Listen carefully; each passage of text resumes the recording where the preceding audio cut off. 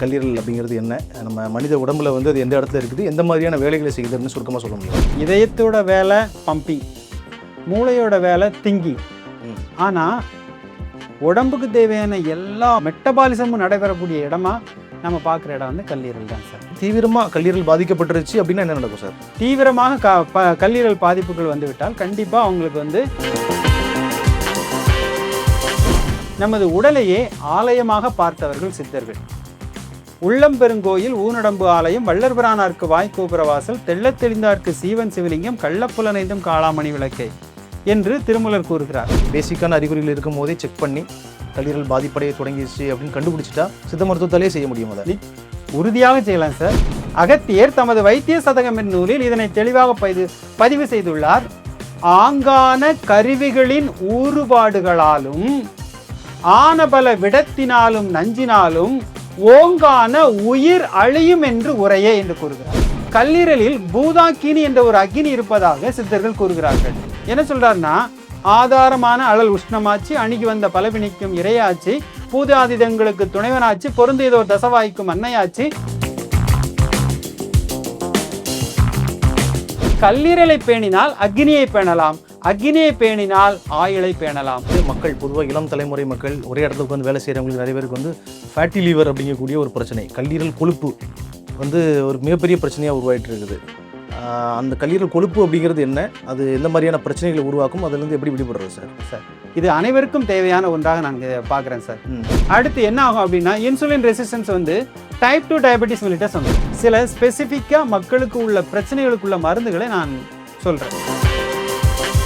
இந்த மருந்துகள் தவிர பாவன கடுக்காய் மாத்திரை அப்படின்னு ஒரு மாத்திரை இருக்குது. அது காலை மாலை 1 முதல் 2. சித்த மருத்துவத்தில் வந்து இந்த உணவுகள் எல்லாமே வந்து ஆகா பதார்த்தங்கள் அப்படின்னு தான் சொல்கிறாங்க. சார், இப்போ நம்ம பேசின விஷயங்கள் தவிர கல்லீரலை பாதுகாப்பாக ஆரோக்கியமாக வைத்துக் கொள்வதற்கு மக்களுக்கு வேறு ஏதாவது வழிமுறைகள், ஆலோசனைகள் இருக்கா சார்? சித்த மருத்துவத்தில் உள்ளது. எப்படின்னு பார்த்தீங்கன்னா, டாக்டர் இன்டர்வியூ சேனல் வியூவர்ஸ் எல்லாருக்கும் வணக்கம். நான் வில்சன். நம்ம சேனலில் வந்து மக்கள் எதிர்கொள்ளக்கூடிய முக்கியமான உடல்நல பிரச்சனைகள், அதற்கான மருத்துவ தீர்வுகள், குறிப்பாக சித்த மருத்துவம் பற்றி நம்ம நிறைய பேசிட்டு வர்றோம். அந்த வகையில் இந்த வீடியோவில் வந்து நம்ம கல்லீரல் சம்பந்தமான நோய்கள், அதற்கான தீர்வுகள் பற்றி நிறைய பேச போகிறோம். இதற்காக நம்ம கூட இந்த வீடியோவில் சித்த மருத்துவர் ஐயங்கண்ணு சார் இணைஞ்சிருக்கிறாங்க. உங்களுக்கு தெரியும் ஐயங்கண்ணு சார் வந்து எவ்வளோ தெளிவாக மக்களுக்கு புரிகிற மாதிரி தகவல்களை கொடுப்பார் அப்படின்னு. அதனால் வீடியோ மிஸ் பண்ணாமல் கடைசி வரைக்கும் பாருங்கள். இது வரைக்கும் ஒரு வேளை நீங்கள் எங்கள் சேனலை சப்ஸ்கிரைப் பண்ணாமல் இருந்தீங்க அப்படின்னா சேனலை இப்போது சப்ஸ்கிரைப் பண்ணி பக்கத்தில் இருக்க பெல் பட்டனை கிளிக் பண்ணி ஆல் ஆப்ஷன் செலக்ட் பண்ணிக்கோங்க. எங்கள் சேனலில் இன்டர்வியூ தரணும் அப்படின்னு நினைக்கக்கூடிய மருத்துவர்களும் என்னுடைய வாட்ஸ்அப் நம்பரில் நீங்கள் எங்களை தொடர்பு கொள்ளலாம். சார் வணக்கம் சார். சார் வணக்கம் சார். சார், நம்ம சேனல் வியூவர்ஸ்க்காக கல்லீரல் பற்றி மிகப்பெரிய புரிதல் இல்லாத மக்களுக்காக குறிப்பாக கல்லீரல் அப்படிங்கிறது என்ன, நம்ம மனித உடம்புல வந்து அது எந்த இடத்துல இருக்குது, எந்த மாதிரியான வேலைகளை செய்யுது அப்படின்னு சுருக்கமாக சொல்ல முடியுமா சார்?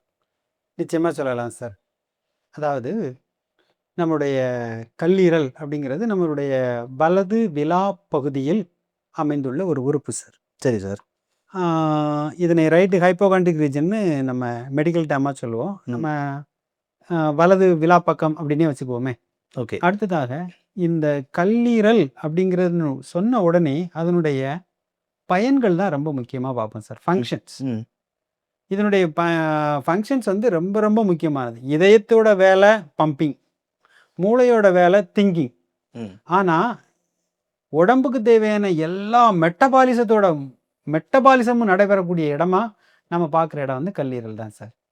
இது முக்கியமான வேலைகள். லிவர் தான் வந்து அதாவது டைஜஷனுங்கிறது எடுத்துக்கிட்டோம் அப்படின்னா சீரணம், அந்த உணவு மண்டலம் வந்து சீரணித்தல் செய்கிறத மட்டும்தான் செய்யுது. ஆனால் சீரணித்த உணவை உடலுக்கு ஏற்ற வகையில் மாற்றி எல்லா செல்களுக்கும் தேவையான அளவில் மாற்றக்கூடிய வேலையை செய்கிறது வந்து கல்லீரல் தான். இதனுடைய ஃபங்க்ஷன்ஸை வந்து சிம்பிளாக சொல்லலாம் சார். ஒன்று என்ன சொல்லுவாங்கன்னா, குருதியை தேக்கி வைத்தல், அல்லது நெக்ஸ்ட் வந்து குருதியை சுத்தப்படுத்துதல். அதாவது ரத்தத்தை தேக்கி வைத்தல், ரத்தத்தை சுத்தப்படுத்துதல். அடுத்ததாக வளர்சிதை மாற்றம், மெட்டபாலிசம் சொல்லுவாங்க சார். அடுத்தபடியாக பைல் செக்ரிஷன், அதாவது பித்தத்தை வந்து சுரத்தல். அடுத்ததாக ரொம்ப ரொம்ப முக்கியமானது டீடாக்சிஃபிகேஷன். இவ்வளோ வேலைகள் அது ஒரு உறுப்பு தான் செய்யுது. இதை விட முக்கியமாக இன்னொன்று என்னென்னா, சில பொருட்களை எதிர்கால தேவைக்காக சேமித்து வைக்கக்கூடிய வேலையை அதான் செய்யுது. கல்லீரலுக்குள்ளேயே சேமித்து வைக்கும், ஸ்டோரேஜ் ஃபங்க்ஷன் சொல்லுவாங்க. நாம சாப்பிட்டதுல இருக்கக்கூடிய இரும்பு சத்து, காப்பர் சத்து, இந்த மாதிரியான சத்துக்கள் எல்லாம் தேக்கி வைத்து தேவைப்படும் போது அது கொடுக்கும். இந்த மாதிரியான ஒரு வேலையும் வந்து கல்லீரல் தான் செய்கிறது. கல்லீரல்ங்கிறது வந்து ஒரு மெட்டபாலிசத்தினுடைய ஹீரோவே அதான் சார். இவ்வளவு பெரிய முக்கியமான வேலைகளை செஞ்சுட்டு இருக்கக்கூடிய இந்த உறுப்பு வந்து ஏதாவது பிரச்சனை ஏற்பட்டால், ம். ஏதாவது சேதமடைந்தால், இல்ல அது மால் ஃபங்க்ஷன் ஆரம்பிச்சுச்சுன்னா, ஏதாவது பிரச்சனை வந்துருச்சுன்னா, மக்களுக்கு எப்படி தெரியும்? எந்த மாதிரியான அறிகுறிகளை காட்டும் சார்? முதல்ல இது சின்ன சின்ன லெவல்ல பிரச்சனை ஆகும்போதே சில குறிகுணங்களை காட்டத் தொடங்கிடும் சார். ம். ஃபார் எக்ஸாம்பிள் வந்து சின்ன லெவல்ல வரக்கூடிய லிவர் ப்ராப்ளம்ஸ்ல முதல்ல பசியின்மை இருக்கும். அடுத்ததாக முறையாக சீரணமாகாது. ம். உடலில் எப்போதும் ஒரு அசதி ம். இருந்து கொண்டே இருக்கும். சில வேளைகளில் வலது விலாப்பகுதியில் ஒரு சிறிய வலி காணப்படலாம். இந்த ஓகே. மாதிரியான சிம்டம்ஸ்லாம் இருந்ததுன்னா ப்ராபபிளி அவங்களுக்கு இருப்பதற்கான வாய்ப்புகள் உண்டு. ஆனா இத வச்சு மட்டுமே இதை வச்சு உறுதியா மட்டுமே உறுதிப்படுத்திட முடியாது.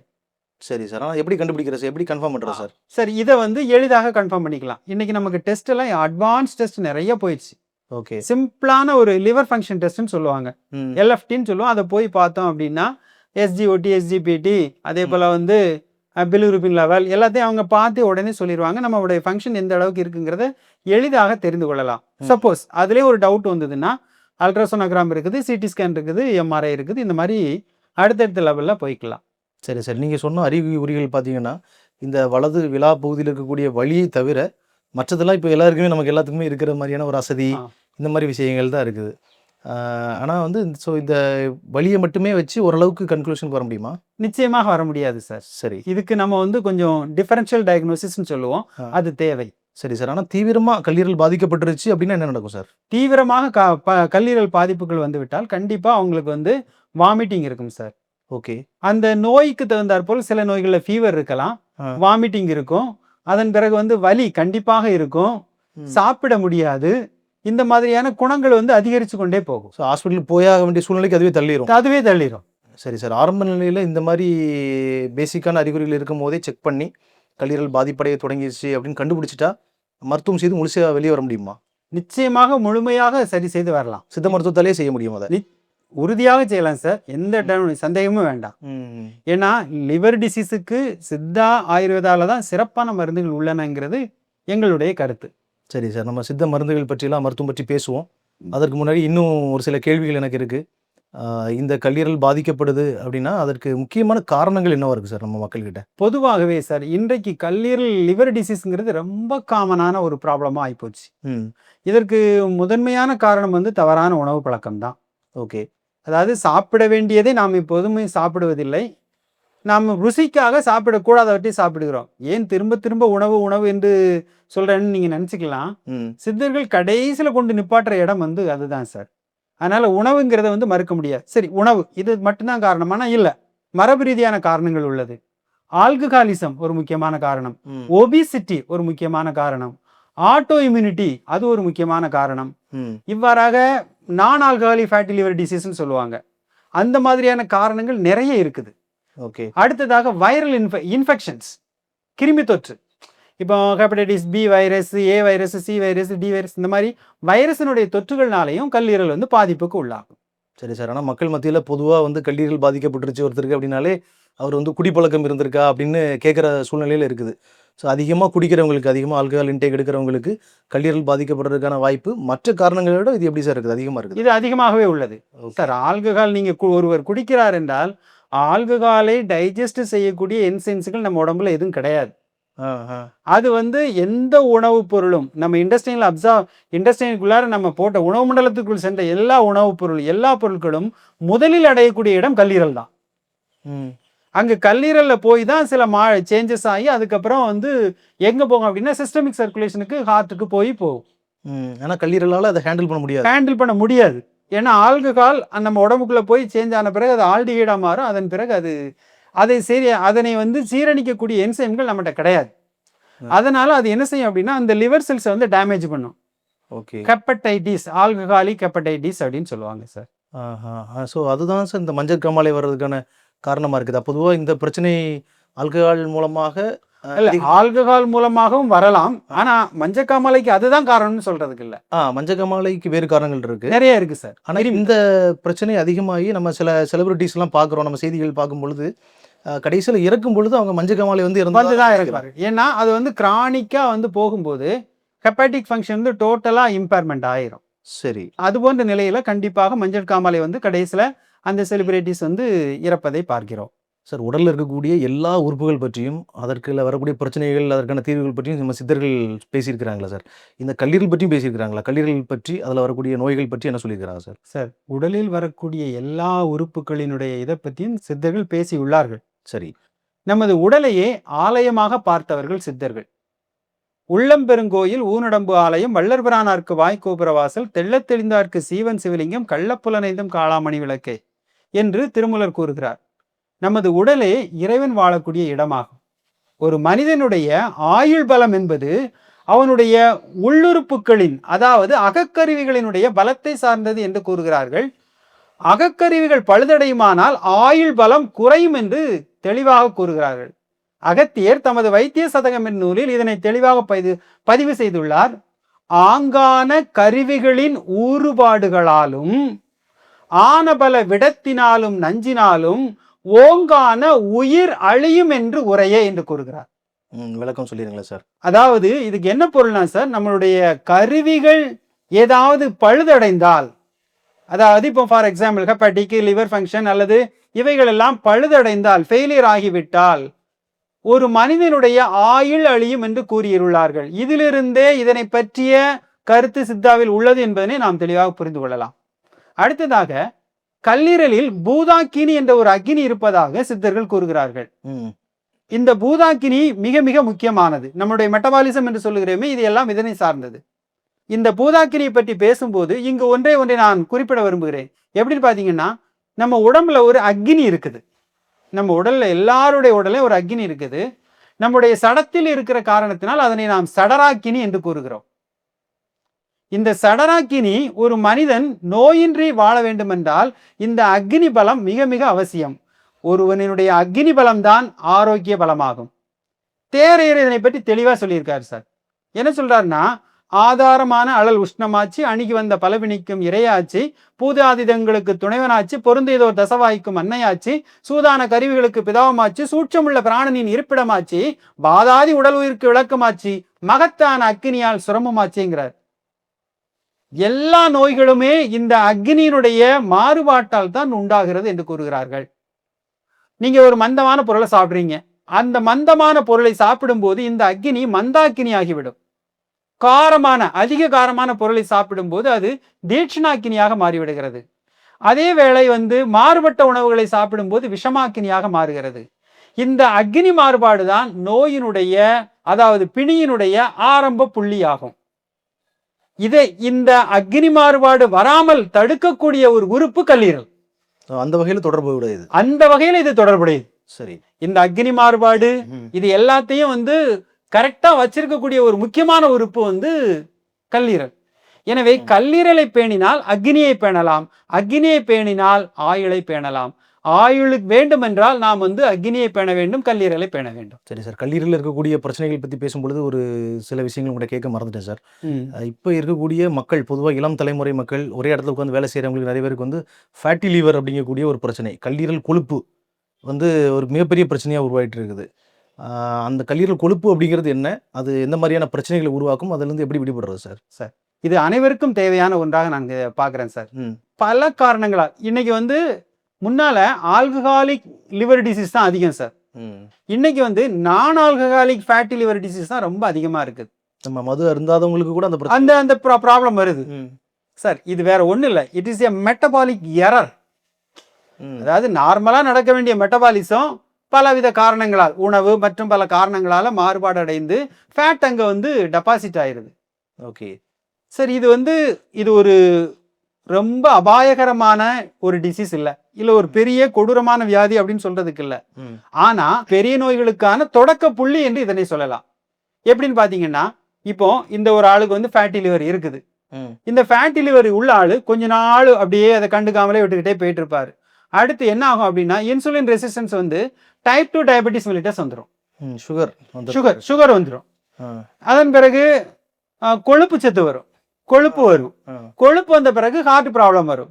ஹார்ட் ப்ராப்ளம் வந்த பிறகு ரீனல் டிசீஸ் வரும். இது எல்லாமே உயிருக்கு ஆபத்தான பிரச்சனை, எல்லாம் உயிருக்கு ஆபத்தானவைகள். ஆனா தொடக்க புள்ளி எங்க? Fatty liver. ஸோ இதை ஆரம்பத்திலேயே சரி செய்து விட்டால் இந்த நோய்கள்ல இருந்து நம்மளால் என்ன செஞ்சுக்கலாம், தவிர்த்து கொள்ளலாம். சார் இது ஒரு களைச்செடி. சரி. ஃபேட்டி லிவர் என்பது ஒரு களைச்செடி. ஆரம்பத்திலேயே அதை கிள்ளி எறிந்து விட வேண்டும். அதற்கான மருத்துவம் பற்றியும் நம்ம கடைசியில பேசலாம். இன்னொரு பிரச்சனை வந்து கல்லீரல் வீக்கம் அப்படின்னு சொல்றாங்க. நிறைய பேர் கல்லீரல் வீக்கம் இருக்குது. வீக்கத்துக்கான காரணம் என்ன அப்படிங்கிற சந்தேகங்கள்லாம் எழுப்பியிருக்கிறாங்க சார். கல்லீரல் வீங்குமா? ஆமா சார், கல்லீரல் வீங்கும். அதனை ஹெப்படோ மிகலி என்று கூறுவார்கள். சரி சார். இது பல காரணங்களால வரலாம் சார். நம்ம முன்னாலே கல்லீரல் நோய்களுக்கு சொன்னோமே, அது எல்லாம் வரும். தவறான உணவு பழக்கம் இன்றைய ஒரு காமன் ப்ராப்ளமாக இருக்குது சார். சரி சார். திரும்ப திரும்ப நம்ம கடைசியில அந்த உணவுல தான் வந்து நிக்கிறோம். சித்த மருத்துவம் கடைசியில சொல்ற புள்ளி வந்து அதுதான் சார்.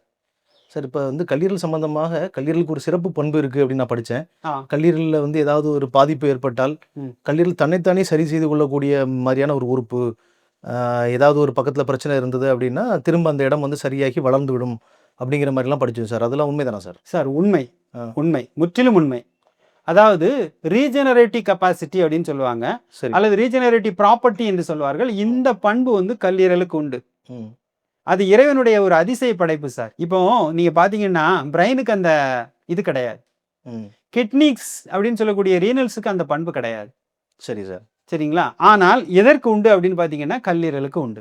ஆனால் கல்லீரல் அந்த பண்பை பயன்படுத்தி எந்த மாதிரி பிரச்சனைகள்லாம் சரி பண்ண முடியும்? இப்போ அது ஏற்கனவே ஒரு சில பிரச்சனைகள் பேசிட்டோம். வீக்கம், ஃபேட்டி லிவர், இதெல்லாம் சரி செய்ய முடியும் சார். இது தன்னைத்தானே சரி செய்து கொள்ளும். சரி சார், ஒரு விஷயம், என்னைக்குமே நோய்ங்கிறது வந்து ஒரே நாள்ல நிகழாது. ஓகே. அது பல நாள் நிகழ்ந்த மெட்டபாலிக் மாற்றமாகத்தான் இருக்கும். அப்போ இது ஆரம்பத்திலே நம்ம பார்த்துட்டோம்னா நல்லது, அவ்வளவுதான்.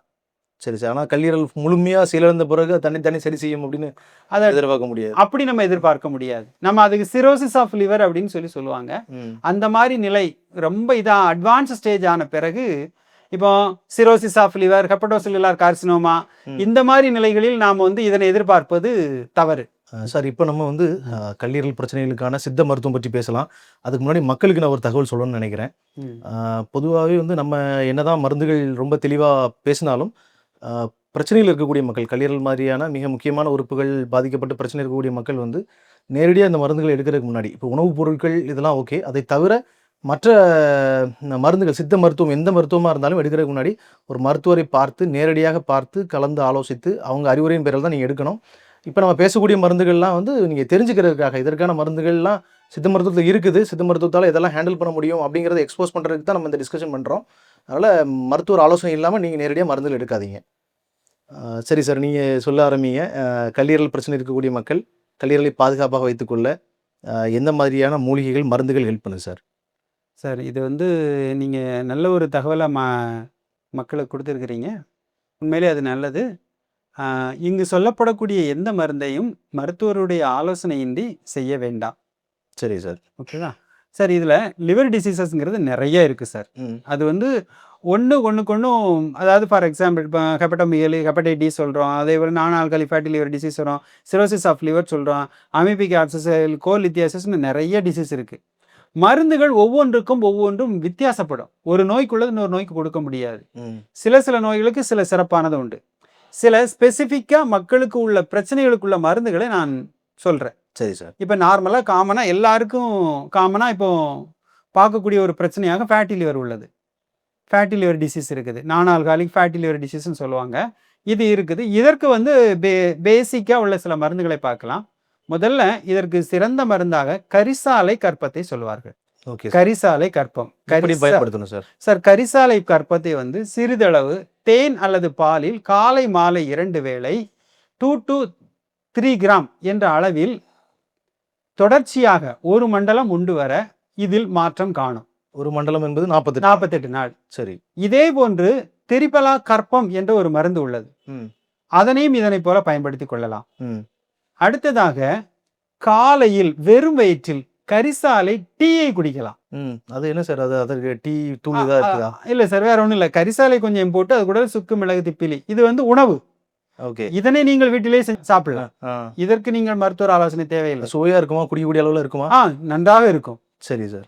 சார், கரிசாலைங்கிறது வந்து ஒரு மிக அற்புதமான மூலிகை, ஒரு பெஸ்ட் ஹெப்படோ ப்ரொடெக்டிவ் ட்ரக். சரி சார். அது கரிசாலை பொடியோ இல்லை இலைகளோ வெளியே வாங்க முடியுமா? வாங்கலாம், கிடைக்கும். கரிசாலை பொடியை எடுத்துக்கலாம். இதில் மஞ்சள் கரிசாலை மிக சிறப்பானது. சரி. இந்த மருந்துகள் தவிர பாவன கடுக்காய் மாத்திரை அப்படின்னு ஒரு மாத்திரை இருக்குது. அது காலை மாலை 1 முதல் 2 உண்ட பின்பு நம்ம வந்து பயன்படுத்தி கொள்ளலாம். பாவனக்கடுக்காய் மாத்திரை எவ்வளவு காலம் சார்? இதுவும் ஒரு 48 நாள் வரைக்கும் நாம் தொடர்ச்சியாக எடுத்துக்கொள்ளலாம். சரி. இந்த பாவனக்கடுக்காய் மாத்திரை, கரிசாலை கற்பம் இவை தவிர வேறு பல மருந்துகள் உள்ளன. இப்போ ஒரு எடுத்துக்காட்டுக்கு வந்து வெள்ளி செந்தூரம் என்ற ஒரு மருந்து உள்ளது. அதனையும் நாம் இதற்கு பயன்படுத்தலாம். பெருமருந்தா சார்? இதெல்லாம் பெருமருந்துகள். இதெல்லாம் பெருமருந்துகள். அடுத்ததாக நம்ம பூர்ணச்சந்துரதயம் என்ற ஒரு மருந்து உள்ளது. அதனையும் நாம் இதற்கு பயன்படுத்தி கொள்ளலாம். இந்த மாதிரி பெருமருந்துகள் அயச்செந்தூரம், காந்தச்செந்தூரம் இந்த மாதிரியான பெருமருந்துகள் நிறையவே உள்ளன. இந்த மருந்துகளை மருத்துவரின் ஆலோசனை பெற்று தயவு செய்து உண்ணுங்கள். சரி. இது ஃபேட்டி லிவர் டிசீஸுக்கு. பொதுவாக சிம்பிளா வரக்கூடிய ஜாண்டிஸ், மஞ்சள் காமாலைக்கு சில மருந்துகளை கூறலாம். இப்போ ஒரு எக்ஸாம்பிளுக்கு பார்த்தீங்கன்னா கீழ்காய் நெல்லியை சமுலம், அதாவது அதனுடைய ஹோல் பிளான்ட்டை எடுத்து அரைத்து வெள்ளாட்டு பாலில் கலந்து கொடுத்தாலே நன்றாக குணமாகும். சரி சார். ஓகே. இதே போல வந்து முருங்கைக்கீரையை மிளகு மற்றும் வெள்ளைப்பூண்டு இந்த மூன்றையும் சேர்த்து அரைத்து காலை மதியம் இரவு என 3 நாட்கள் 3 வேளையாக 3 நாட்கள் கொடுக்க அதிலும் நல்ல குணம் கிடைக்கும். சரி சார். இதே போல வேம்பினுடைய இலையை சிறிதளவு மிளகு, மஞ்சள் இவை சேர்த்து அரைத்து காலை மதியம் இரவு என 3 வேளையாக வைத்து 3 நாட்கள் கொடுக்க அதிலும் சரியாகும். இவ்வாறு பல மருந்துகள் உள்ளன. சார், மஞ்சக்காமாலையை பற்றி ஒன்று கேட்டுடுறேன். மஞ்சக்காமாலை பார்ப்பதற்கு ஒரு சாதாரணமான வியாதி போல மக்கள் நினைச்சாலும் அது உயிரை எடுக்கக்கூடிய அளவுக்கு அது கொஞ்சம் பிரச்சனையான ஒரு வியாதி தானே சார்? நிச்சயமாக சார். அதாவது மஞ்சள் காமாலை என்று சொன்னவுடன் நமக்கு சாதாரணமாக மக்களுக்கு தெரிந்தது வந்து இந்த வைரல் ஹெப்படைட்டிஸ்னால வரக்கூடிய மஞ்சள் காமாலை தான். சரி. ஆனால் இந்த சில அட்வான்ஸ்டு டிசீசஸ் இருக்குது. இப்போ ஹெப்படோஸில் நம்ம கல்லீரல் புற்று, சிரோசிஸ் ஆஃப் லிவர் இந்த மாதிரியான நோய் நிலைகள்லையும் இதே வரும். ஸோ கல்லீரல் பிரச்சனை இருக்குதா இல்லையா அப்படிங்கிறதையும் சோதனை செய்து மஞ்சக்காமாலை வந்தாலே கொஞ்சம் அலர்ட்டாக இருந்து எல்லா சோதனையும் செய்து மருத்துவரை பார்க்க வேண்டிய ரொம்ப முக்கியமான விஷயம். ரொம்ப ரொம்ப முக்கியம். பார்த்து அதற்கு ஏற்றாற் போல மருந்து சாப்பிடணும். சரி சார். அல்லாமல் நம்ம வந்து வெறுமனே நம்ம இதை சொல்லுவது தவறு. Okay sir. ஓகே. ஸோ இந்த மாதிரியான மருந்துகளை நாம் வந்து கையாளலாம். இந்த ஃபேட்டி லிவருக்கு நம்ம ஃபேட்டி லிவர் சொன்னோம்ல சார், அதில் இந்த சோற்று கற்றாழை ஒரு மிகச்சிறந்த மருந்து. சோற்று கற்றாழையுடன் சிறிதளவு திரிகடுகு, சுக்கு மிளகு திப்பிலிய பவுடர் பண்ணி இந்த ரெண்டையும் சேர்த்து காலையில் வெறும் வயிற்றில் எடுக்கணும் சார். கற்றாழை வந்து ஒரு சிறங்கை அளவு என்று கூறுவார்கள்.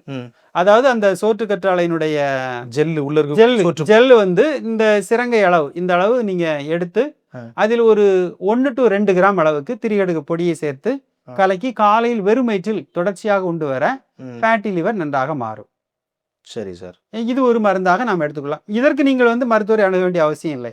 ஏன்னா இதெல்லாம் ஹெப்படோ ப்ரொடெக்டிவ் ஃபுட்ஸ் தான். அதனால் நம்ம இதை வந்து தாராளமாக எடுத்துக்கொள்ளலாம். ஸோ இந்த மாதிரி வியாதிகள் இருக்கிறது. இதெல்லாம் அட்வான்ஸ் நோய்கள் பல உள்ளன லிவரில்.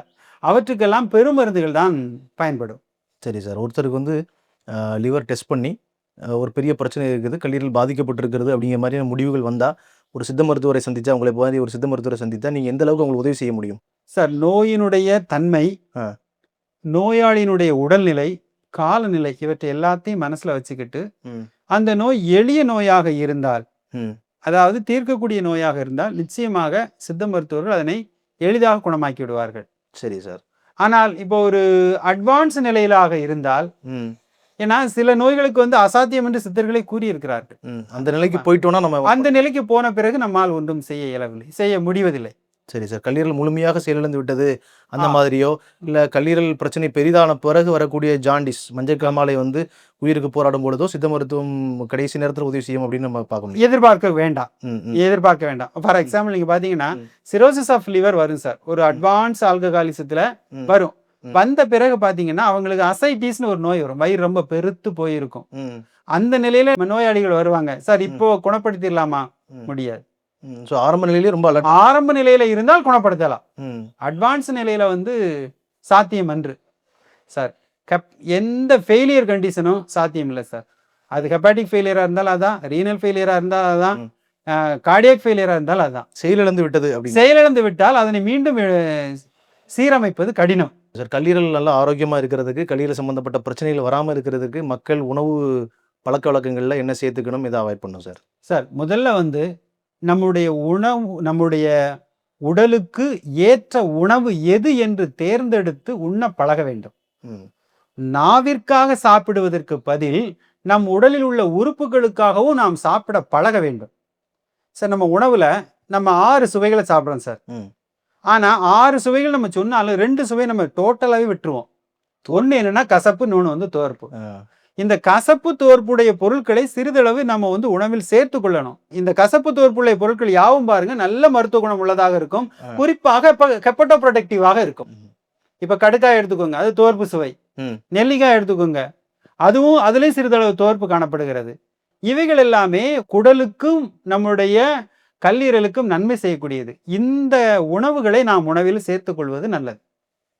அடுத்ததாக தவிர்க்க வேண்டியது என்று பார்த்தால் ஹை கண்டென்ட் ஆஃப் ஃபேட், ம். அதாவது அதிக கொழுப்பு மிக்க அதிக எண்ணெய் உள்ள பொருட்களை தவிர்ப்பது நல்லது. மந்த பொருட்கள் யாவும் கல்லீரலினுடைய செயல்பாட்டை குறைக்கும். எந்த மாதிரி சொல்றீங்க சார்? எண்ணெய் பொருட்கள், எண்ணெய் பொருட்கள், பொரித்த உணவுகள், இது எல்லாமே கல்லீரலினுடைய செயல்பாட்டை குறைக்கும்.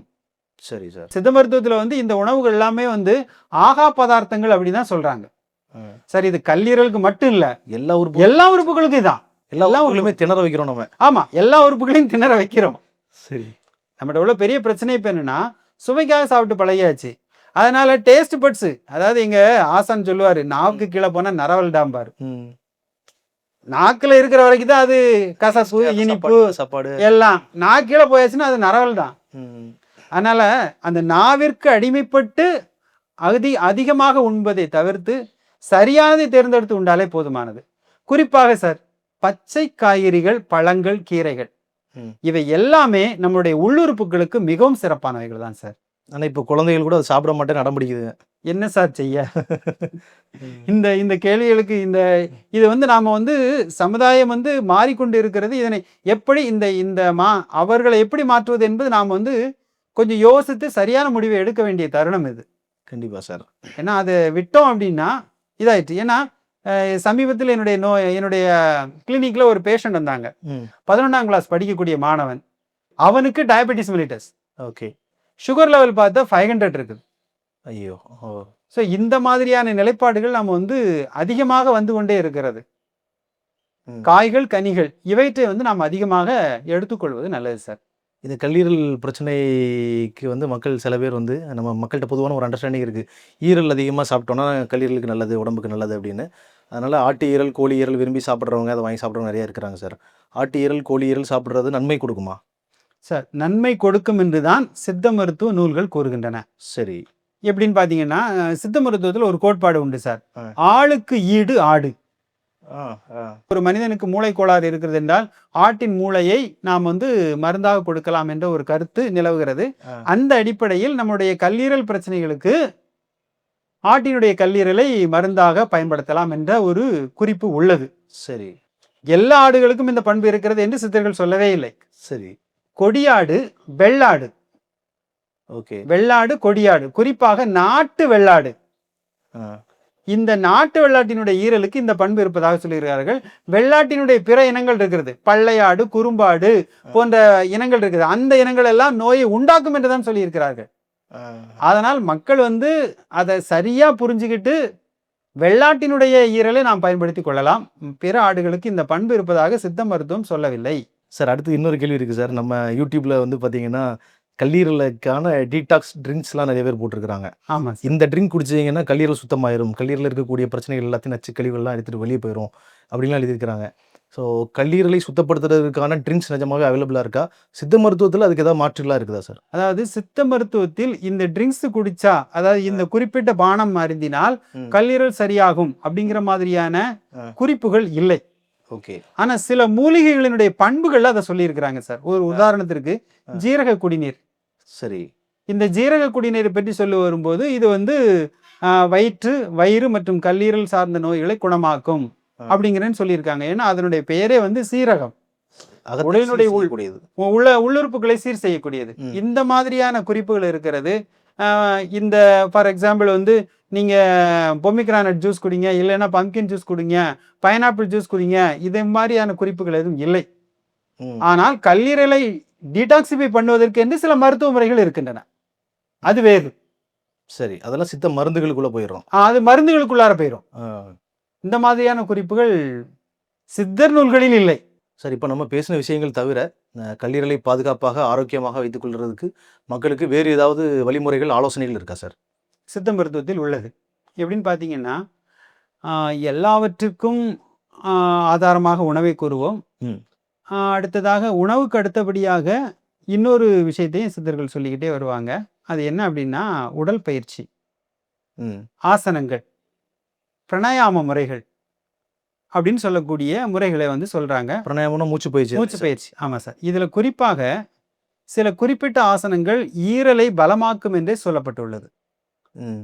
ஓகேவா? உதாரணத்திற்கு நாம் வந்து அரை மச்சேந்திராசனம், அடுத்ததாக திரிகோணாசனம், சூரிய வணக்கம் இவற்றை ரெகுலரா செய்து கொண்டிருந்தால் நம்முடைய கல்லீரல் பலம் பெறும் என்று கூறப்பட்டுள்ளது.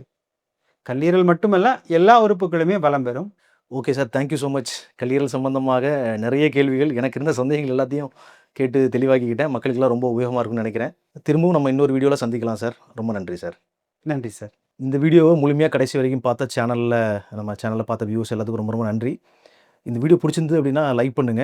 உங்க கருத்துக்கள், கேள்விகள், சந்தேகங்கள் எப்பவும் வழக்கம் போல நீங்க எல்லாத்தையும் கமெண்ட்ல எழுதுங்க. எல்லாத்துக்கும் ரிப்ளை பண்றோம். சார்ட்ட கேட்க வேண்டிய கேள்விகள், உங்களுடைய அனுபவம் எல்லா விஷயங்களுமே நீங்க கமெண்ட்ல தெரியப்படுத்துங்க. பொதுவா நான் ஏற்கனவே சொன்ன மாரி நம்ம YouTubeல பார்த்தீங்கன்னா, நெறைய ஃபேக் இன்ஃபர்மேஷன்ஸ் தான் வந்துட்டு இருக்குது.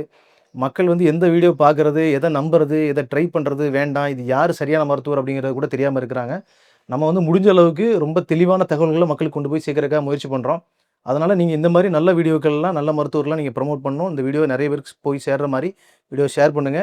திரும்பவும் மக்களுக்கெல்லாம் உபயோகமா இருக்கிற மாரி இன்னொரு வீடியோல உங்கள சந்திக்கிறேன். அதுவரைக்கும் உங்களிடமிருந்து விடைபெறுவது உங்கள் வில்சன். நன்றி, வணக்கம்.